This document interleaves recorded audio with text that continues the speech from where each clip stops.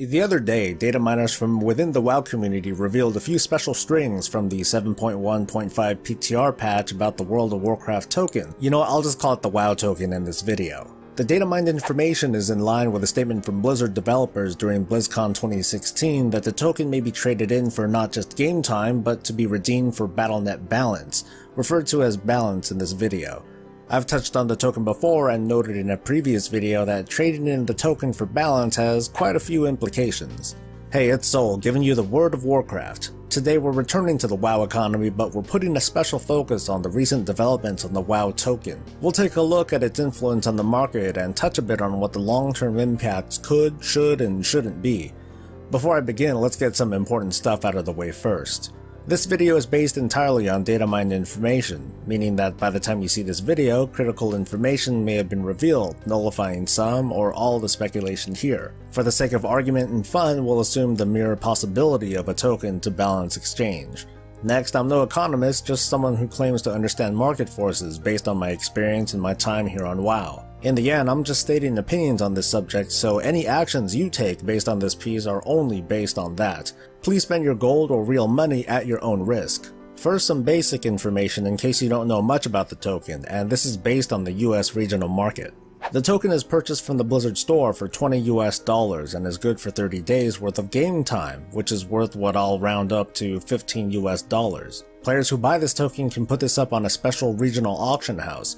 When posting, the game will show the player how much gold they'll receive from the token if it sells. On the other end, players can purchase tokens that are posted with gold. They buy the token for whatever price is posted, meanwhile the player who posted that token will receive the amount that they were originally quoted. This is a guarantee of safety for token sellers. It'd be a real bummer if we posted a token for, say, 50 grand and we only receive 40 grand after it's sold. The drawback lies in that gold is artificially created as a result, but that's a side effect that's gone with little complaint. According to the data mined information, after using a token after it's gone through its paces, we'll give you two options. Redeem the token for game time, or receive a credit towards our BattleNet balance. BattleNet balance is basically real-world cash locked into the Blizzard ecosystem. Think of it like a store gift card for GameStop or Amazon. The maximum balance your BattleNet account can hold is $350. This is a big assumption to make, but let's pretend that redeeming the token will get us $15. I wouldn't put it past Blizzard to double dip into profiting off token redemptions by giving less credit back. In fact, I'm counting on it. But for the sake of this piece, let's go with a token to balance ratio of 1:1. This translates into $20 turning into $15. Balance is used for many things, including WoW character services, pets and mounts, and all other Blizzard transactions that use the credit, including other Blizzard games. Back to WoW though, the availability of the token alone has allowed players with vast stockpiles of gold to essentially play WoW at no real money cost, and without the support of the grey market as it was prior. These players are thus empowered by their wealth at a value of $15 a month per WoW account. If tokens can become redeemable for balance, the value of the wealthy players skyrockets to what is quite literally their in-game wealth, income, and assets. Never mind just not paying for WoW, these players now have access to the Blizzard catalog of games and services. They can create and maintain multiple accounts. They can move their characters and guilds to other realms, change their name and faction. They can prop up an Overwatch account with access to loot boxes, or beef up their Hearthstone decks. All of this and more is possible as long as the player has enough gold and tokens are worth buying with said gold. Which brings me to the WoW token market. The token is one of the more interesting indicators of how WoW thrives in different regions, since the token is set to an entire region's worth of realms and not just a select few. It's been explained that the token follows basic rules of supply and demand, except during the launch of the token, when Blizzard dictated its initial price. I'm speculating here, but it could be that Blizzard decided the starting price based on the following: median wealth of the active players at the time, how much total gold is being held by these players, and how the subscription price is translated in different regions. Remember that Europe and the Americas are continents, not just countries. There are large economic disparities in demographics when comparing all nations. At the time, not all countries participated in the subscription model at all. That means China. This at least partially explains why some regions had a higher starting price than others, but post-token launch, prices have shifted over time. When it comes to the supply of the token, it's based on players who are buying the token with real cash and posting it on the regional market. It sums up to how many players have real-world cash but don't have the gold or the time to farm for it. Time is money.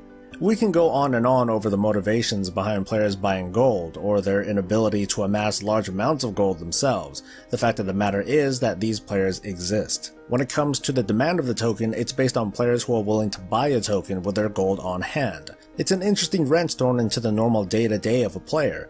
Along with their active routine, there's the thought of wanting or needing to earn enough gold to purchase that month's token. $15 is $15, but for the average adult player, it's a small price to pay compared to the work normally needed to obtain the necessary gold for a token. Players are naturally motivated to spend their gold on a token, but only when it's worth their time. Time is money, after all. But out there are the whales of WoW, who have millions of gold but have too little to spend it on. On top of their considerable wealth may be an income stream to match. Using myself as an example, I generate over 500,000 gold a month with very little manual work thanks to my knowledge of the game and add-ons to support it. For us, WoW has zero monetary cost. The token's price is an organic number based on supply and demand. I'd argue that most of the richest players in WoW bought as many tokens as they could possibly get early on because that's, well, smart.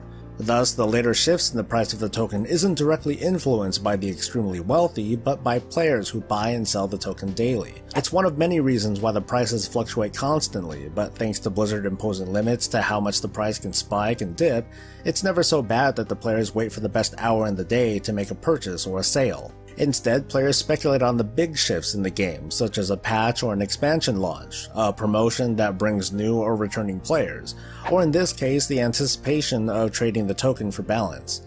What makes this circumstance special is that the landscape of the token market is at the edge of a big and probably permanent change. Blizzard is opening up the viability of the token beyond a monthly subscription and towards services, digital goods, and microtransactions that can be bought perpetually. Current supply and demand theory will need to be rethought from the ground up, but one thing that hasn't changed is that WoW, and WoW Gold specifically, is at the center of it. It's hard to get into the specific impacts that this new change will make into WoW, but one thing certain is that there will be a sharp increase in the amount of gold circulating in the active market. And here's why. Many of WoW's richest players didn't have much to spend gold on. You can only buy so many months of WoW per account, and then what? If token exchanging becomes available, other games and services give many more reasons to spend that gold rather than just let it collect dust. Some who are already anticipating this are already buying up tokens, thus raising the average price of the token in all regions. So why is it going up? The demand is going up, but where's the supply? While we're still only a few months into the Legion expansion, there are still big shifts in wealth distribution thanks to the supply and demand impacts of the consumables market, which mostly supports higher-end PvE content. Using that as the primary example, it's easy enough for a player to equate their time farming for herbs and selling related consumables with the cost of a single WoW token. In other words, with the price of materials as it is now, for some players it's not worth buying gold compared to working for it. Time is money, and right now the time spent farming is worth more than exchanging a token for these players. This is one reason why the timing of making the token tradable for Battle.net balance is questionable. I'm speculating that we're in a period of large wealth distribution, mostly coming from players who generated large amounts of gold during the Warlords of Draenor Garrison days. But another is going to happen, involving the biggest whales of WoW who command tens of millions of gold, even after spending it on materials now.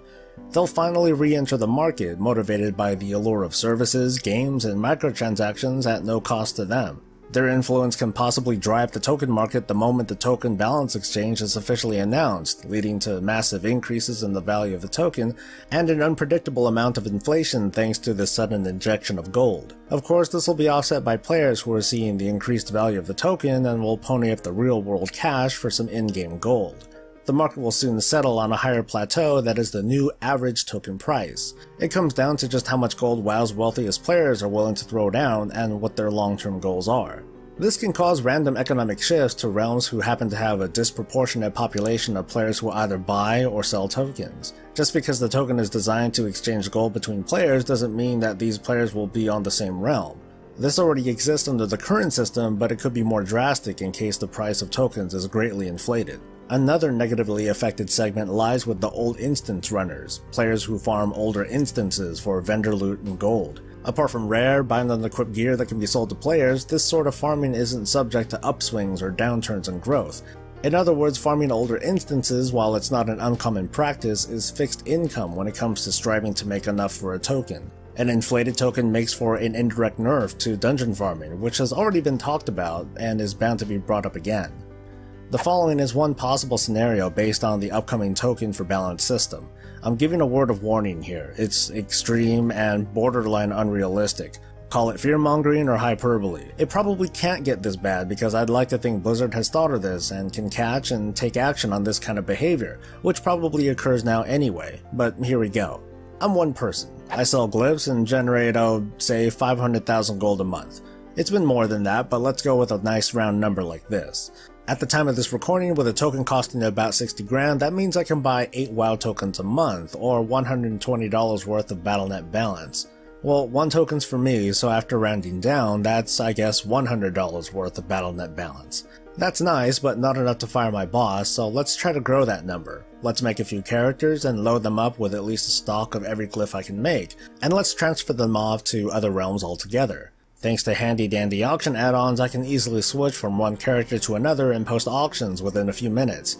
I might not have the time to be one of those extremely diligent undercutters, but I'm sure I'll make more than half the profit I get from my primary character in 1 month, because I'll always sell for a profit.